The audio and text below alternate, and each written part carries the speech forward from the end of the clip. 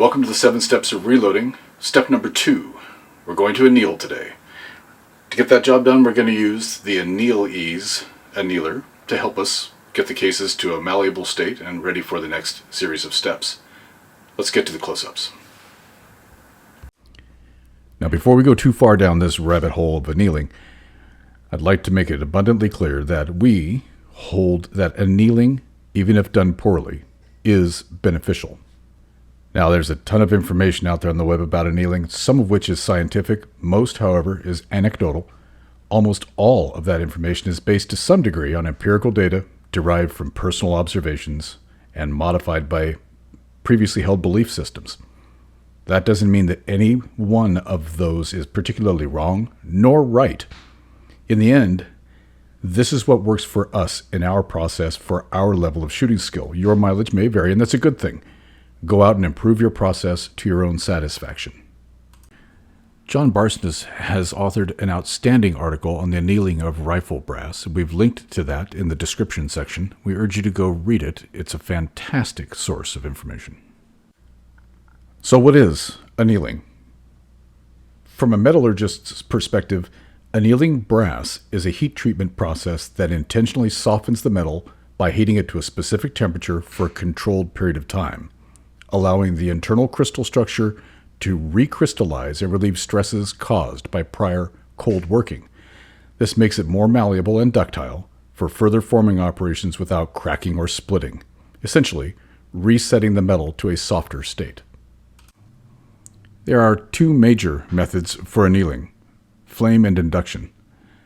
To be scientific, annealing requires time at temperature, and that temperature needs to be high enough to allow the molecules to move around some and relax, and we need enough time for the molecules to reorient themselves. There's a rabbit hole to get lost into with annealing, so let's keep it simple. Anneal the case neck and shoulder. Try not to heat the case wall and never the base. Focus heating on the case neck where the greatest amount of work is done, and the shoulder will be heated as well.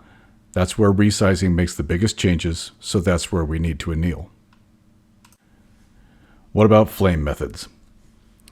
I redneck annealed cases for decades, and it works, with a few caveats. Your standard propane torch is adequate for this purpose. We use a drill to spin the case, a socket to hold the case, and we hold the torch at the junction of the case neck and the shoulder, slowly rotating while watching the color of the brass. When the brass is changing colors, right about when it glows red, you're done. Nothing too hard about it. But here's the caveats. This is not the most consistent method. It's easy to fail either the temperature part or the time part, and it's also easy to overheat the brass and ruin it if you're not paying attention. There are some rather affordable, clever machines, such as the Anneal Ease, that do that time part for us. In the neighborhood of $300, it's affordable and it gets the job done. Set the speed of rotation and position your torch so the brass is just about to glow before it drops out and you're off and running. This is an excellent mid-range machine for upping your annealing quality, and it saves a lot of time by automating the process. Another excellent choice for flame is the bench source annealer. This is an outstanding machine. We personally don't own one, but the advantage there is you can use 2 torches. Our shop is often very cold when we're annealing. Here in Oregon, it's 35, 40 degrees outside, might be 46 inside of our shop. And it's difficult to get those cases up to temperature in a timely manner. 2 torches helps. So consider the bench source. Of the induction methods, there are 2 that we'd like to talk about. There are some clever engineering types out there that have figured ways to use cheap induction heaters, like the automotive bolt heaters, coupled with an Arduino computer control to effectively anneal their cases. It works well, and if you're handy with electronics and have a good habit of building things, this might be rewarding for you to look into. Let us know in the comments if you'd like for us to tackle that. Now, the acme of annealing is the Annealing Made Perfect machine. It's an electric induction annealer capable of programming itself to perfectly anneal each head stamp to its particular characteristics. If you hit the button, the heating fires up, then it shuts down automatically when it's done. It's expensive, it's quite large, but definitely sets the bar for benchtop annealers. By the way, AMP, we'd be willing to evaluate your product here if you'd like to loan us one. So, inspections. What's our success criterion? How do we know we annealed properly? Well, We really don't.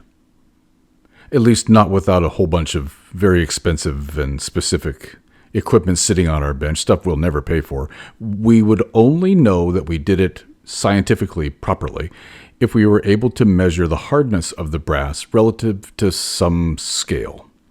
We don't have that equipment as reloaders typically, so we have to just kind of go by what we see. There's that empirical element that we were talking about. We shoot enough to know that the brass is working well for us, that it lasts much, much longer. Everything about our annealing seems to kind of work, and that's what we stick with. There's a window we look for when we're annealing, and it can be a little longer or a little shorter as long as we're in that window. The case on the left here was on the long side of that window. It's got a slightly coppery hue to it, and that's not a problem.